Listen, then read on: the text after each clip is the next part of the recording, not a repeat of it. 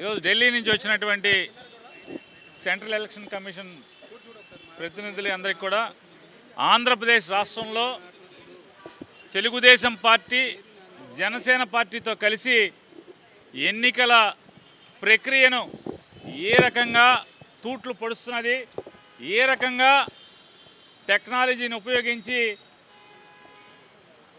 చట్ట వ్యతిరేకమైనటువంటి కార్యక్రమాలు పాల్పడుతుంది, అలాగే ఓటర్ల యొక్క వ్యక్తిగత సమాచారాన్ని చేయకూడని విధంగా చేయటం, అలాగే మేనిఫెస్టో రూపంలో కాకుండా వ్యక్తిగతంగా వారి ఇంటికి వెళ్ళి వారికి టెక్నాలజీని ఉపయోగించి ప్రలోభాలకు గురి చేయడానికి ప్రయత్నం చేస్తున్నది. కానీ అలాగే ఎక్కడన్నా వైసీపీ ఓటర్ల సానుభూతి పరులను గుర్తించి వారి ఓటు వారి చేతే, అమాయకులైనటువంటి ప్రజల్ని వారి చేతే డిలీషన్కి అప్లై చేయించడం, వారి దగ్గర ఓటీపీ తీసుకుని ఓటు తొలగించే ప్రక్రియ చేయటం, అలాగే తెలంగాణలో ఉన్న ఓటర్లు ఇక్కడ కూడా ఓటర్లుగా ఉండటం, దాన్ని రెండు రాష్ట్రాల్లో ఓటు కలిగి అక్కడ ఓటు ఇక్కడ ఓటు ఈ రకంగా చేయటం అనేది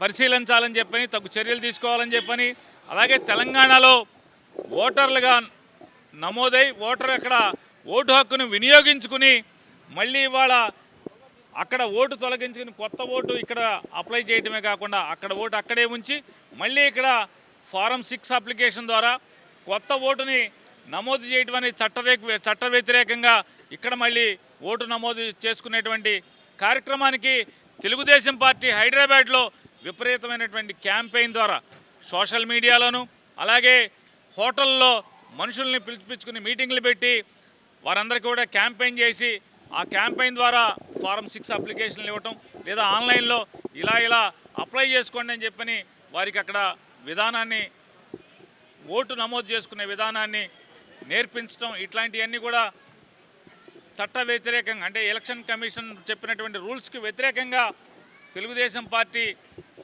కార్యక్రమాలు చేస్తుందని చెప్పని, అలాగే ఇవాళ కోనేరు సురేష్ అనే ఒక వ్యక్తి తెలుగుదేశం పార్టీకి సంబంధించిన అతను 10 లక్షల పైబడి ఓటర్లు దొంగ ఓటర్లు ఉన్నారని చెప్పని ఎన్నికల కమిషన్కి వారి అభ్యంతరాలను నమోదు చేయటం, ఆ అభ్యంతరాలని ఆంధ్రప్రదేశ్ రాష్ట్ర ఎన్నికల సంఘం సిఇఓ గారు జిల్లా కలెక్టర్లకు పంపించడం, జిల్లా కలెక్టర్లందరూ కూడా ఎంక్వైరీ చేస్తే సుమారుగా 70-80% అతను తప్పుడు అభియోగాల్ని నమోదు చేశాడు అని చెప్పని జిల్లా కలెక్టర్లు తిరిగి ఎన్నికల కమిషన్ అధికారికి రిప్లై ఇవ్వటం ఇవన్నీ కూడా జరిగినాయి. అంటే ఒక వ్యక్తి ఉద్దేశపూర్వకంగా తెలుగుదేశం సంబంధించినటువంటి కోనేరు సురేష్ అనే వ్యక్తి ఉద్దేశపూర్వకంగా దురుద్దేశాలతో తప్పుడు సమాచారాన్ని ఎన్నికల కమిషన్ ద్వారా ఇవ్వటం ద్వారా కేవలం చంద్రబాబు నాయుడు కానీ లేదా తెలుగుదేశం పార్టీ యొక్క దురుద్దేశం ఏంటంటే ఇట్లాంటి పుంకాలుగా లక్షల కొద్దీ తప్పుడు ఫిర్యాదులు నమోదు చేసి తద్వారా ఎన్నికలు ఇంకా 3-4 మాసాలు ఉండగా మొత్తం రాష్ట్ర ఎన్నికల యంత్రాంగం మొత్తాన్ని ఎంఆర్ఓలను కానీ విఆర్ఓల దగ్గర నుంచి డిప్యూటీ తహసీల్దారులు ఆర్డీఓలు అలాగే డిఆర్ఓలు జిల్లా జాయింట్ కలెక్టర్లు ఈ మొత్తం ఎన్నికల యంత్రాంగం మొత్తం అంతా కూడా ఇదే పని మీద ఉండాలి తప్పితే రాష్ట్ర ప్రభుత్వ కార్యక్రమాలు ఇవి కూడా ప్రజా ఉపయోగకరమైనటువంటి ఏ కార్యక్రమాలు కానీ ప్రజల పనులు కానీ ఏది చేయకుండా రాష్ట్ర యంత్రాంగాన్ని మొత్తాన్ని అంటే గ్రామాల్లో ఉన్నటువంటి పంచాయతీ సెక్రటరీ విఆర్ఓ దగ్గర నుంచి జిల్లా కలెక్టర్ వరకు ప్రతి ఒక్క అధికారి కూడా ఈ ఎన్నికల యంత్రాంగంలోనే ఈ ఫిర్యాదుల ఎంక్వైరీలోనే ములిగి తేలిపోతే ఈ 3-4 మాసాలు ఆంధ్రప్రదేశ్లో రాష్ట్ర ప్రభుత్వం ఏ పని చేయకుండా చేయాలని చెప్పినటువంటి తప్పుడు ఉద్దేశంతో చంద్రబాబు నాయకత్వంలో ఈ కార్యక్రమం కోనేరు సురేష్ అనేటువంటి ఒక వ్యక్తి ద్వారా ఈ కార్యక్రమాలు చేస్తున్నాడు కాబట్టి అతని మీద తక్షణం క్రిమినల్ చర్యలు తీసుకోవాలని చెప్పని కూడా వారిని రిక్వెస్ట్ చేశాం. ఇటువంటి తప్పుడు ఉద్దేశాలతో చంద్రబాబు నాయుడు రాష్ట్ర ప్రభుత్వాన్ని రాష్ట్ర ప్రభుత్వ యంత్రాంగాన్ని అయోమయానికి నిర్వీర్యానికి గురి చేసి ప్రజలకు ఏ పని కాకుండా తద్వారా వైఎస్ఆర్ కాంగ్రెస్ పార్టీ ప్రభుత్వం మీద చెడు అభిప్రాయాన్ని కలిగజేసేదానికి తప్పుడు ప్రయత్నం చేస్తున్నాడని చెప్పని కూడా వారి దృష్టికి తీసుకెళ్తే వారందరూ కూడా ఆశ్చర్యపోవడం జరిగింది. ఈ కోనేరు సురేష్ మీద క్రిమినల్ చర్యలు తక్షణం తీసుకోవాలని చెప్పని మళ్ళీ ఇటువంటి తప్పుడు, ఎందుకంటే ఎన్నికల కమిషన్ సూచనల మేరకు వారి యొక్క నియమ నిబంధనల మేరకు ప్రతి బూత్కి ఒక రాజకీయ పార్టీకి, ప్రతి రాజకీయ పార్టీకి బూత్ లెవెల్ ఏజెంట్ని ఏర్పాటు చేసుకునే దానికి చట్టరీత్యా అవకాశం కల్పించారు. ఎన్నికల ఓటర్ లిస్టుని ఎంక్వైరీ చేసి ఎక్కడైనా తప్పుడు ఓట్లుంటే, చనిపోయిన ఓట్లుంటే దానికి అభ్యంతరాలను తెలియజేసేటువంటి హక్కుని బిఎల్ఏకి ఇచ్చారు. కాబట్టి దాని మేరకు కాకుండా ఈ రకమైన కోనేరు సురేష్ లాంటి తప్పుడు ఆలోచనలతో ఉన్నటువంటి వ్యక్తులకి ఇటువంటి లక్షల కొద్దీ ఓటర్ల నమోదు ప్రక్రియలో ఇట్లాంటి తప్పుడు పేర్లని, అంటే నిజంగా ఉన్నప్పటికీ కూడా జెన్యూన్ ఓటర్ లిస్టులను కూడా ఇవన్నీ కూడా తప్పు ఓట్లు అని చెప్పని ఇచ్చి తద్వారా యంత్రాంగాన్ని స్తంభింపజేయడానికి చేసినటువంటి ప్రక్రియను నిలుపుదల చేయమని చెప్పని ఆ సురేష్ మీద యాక్షన్ తీసుకోమని చెప్తూ, అట్లాగే ఈ మై పార్టీ డాష్ బోర్డ్ అనే దాంట్లో చంద్రబాబు నాయుడు గారి యొక్క పార్టీ కార్యకర్తలందరి దగ్గర ఓటర్ లిస్టులన్నీ కూడా విత్ ఫోటో ఉంటున్నాయి అని చెప్పని, ఓటర్ లిస్టులో ఫోటో ఎక్కడా కూడా రాజకీయ పార్టీకి ఇచ్చే దాంట్లో ఎక్కడ కూడా ఫోటోలు ఉండవు. దాంట్లో అన్నిట్లో కూడా ఓన్లీ పేరు, వయస్సు, అడ్రస్ మాత్రమే ఉంటాయి. కానీ ఈ మై పార్టీ డాష్ బోర్డ్ అనే దాంట్లో ఓటర్ లిస్టులో ఫోటోలు ఉంటున్నాయి.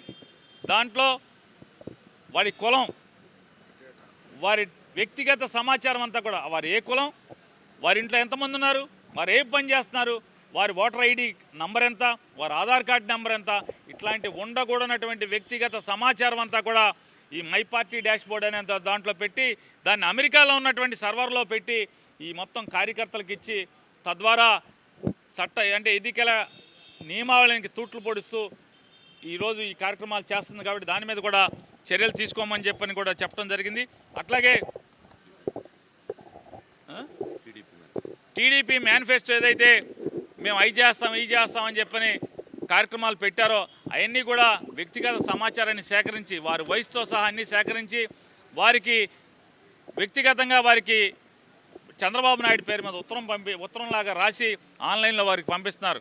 మీరు ఎన్నికలు అయిపోగానే జూన్ మాసం నుంచి మీరు సంవత్సరానికి 2 లక్షలు, 3 లక్షలు లేదా లక్షా చిల్లరో మీరు డబ్బులు పొందటానికి, ప్రభుత్వం నుంచి డబ్బులు పొందటానికి మీకు సంపూర్ణమైన అర్హత సాధించారు.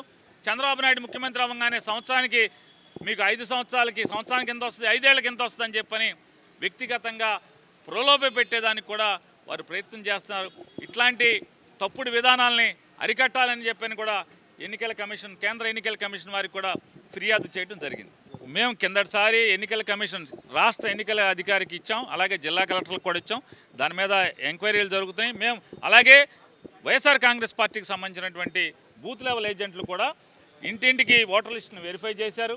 ఇలాంటి తప్పుడు విధానం ఎక్కడెక్కడైతే డబుల్ ఓట్లు, త్రిబుల్ ఓట్లు ఉంటున్నాయో వాటన్నిటి మీద కూడా ఫారం 7ని అఫీషియల్గా అప్లై చేయడం జరిగింది. కొన్నింటికి ఫారం 8 అప్లై చేయడం జరిగింది. ఎందుకంటే వారు అదే ఊరిలో ఇంకో చోట ఉంటే కనుక వారి ఓట్లను అక్కడికి బదిలీ చేయమని. వీటన్నిటిని కూడా జిల్లా కలెక్టర్లు, ఆర్డీఓలు, ఎంఆర్ఓలు వారి స్థాయిని బట్టి ఎంక్వైరీలు జరుగుతున్నాయి. ఎంక్వైరీ చేసి ఖచ్చితంగా మీకు ఆధారాలతో సహా న్యాయం చేస్తామని చెప్పడం జరిగింది.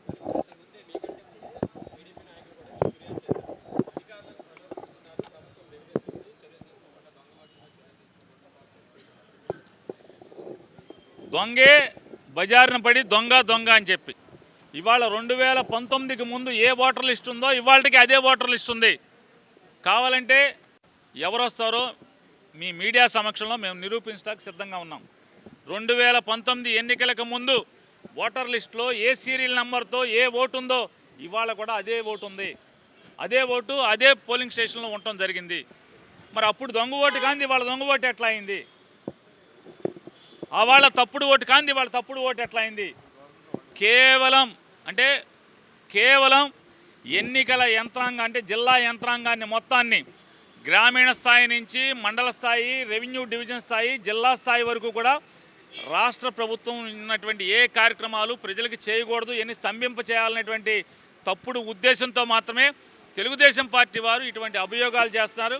దొంగ అన్నట్టుగా ఇవాళ బజారుకి ఎక్కి మాట్లాడుతున్నారు. కావాలంటే మళ్ళొకసారి మీ అందరికీ చెప్తున్నాం, మీ అందరి సమక్షంలో మీ స్టూడియోకి రమ్మంటే వస్తాం, మీరందరూ ఒక వేదికను ఏర్పాటు చేస్తే వస్తాం. 2019కి ముందు, ఎన్నికలకు ముందు ఉన్నటువంటి ఓటర్ల జాబితానే ఈరోజు కూడా కొనసాగుతుంది. Like and subscribe Eagle Media Works.